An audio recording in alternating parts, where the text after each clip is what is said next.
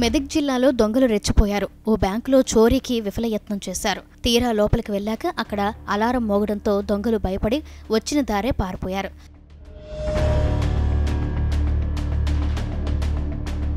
మెదక్ జిల్లాలోని వెల్దుర్తిలో central bank of India బ్రాంచ్లో దొంగలు చొరబడ్డారు. సోమవారం తెల్లవారుజామున బ్యాంకు వెనుక వైపు గోడకు పెద్ద రంధ్రం చేసి లోపలకు ప్రవేశించారు.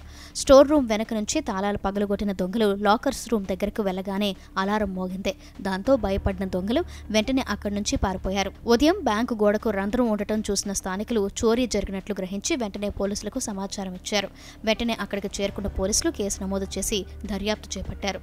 బ్యాంకులో నగదు, బంగారం లాంటివి ఏమైనా అపహరించారా అనేది తెలియాల్సి ఉంది.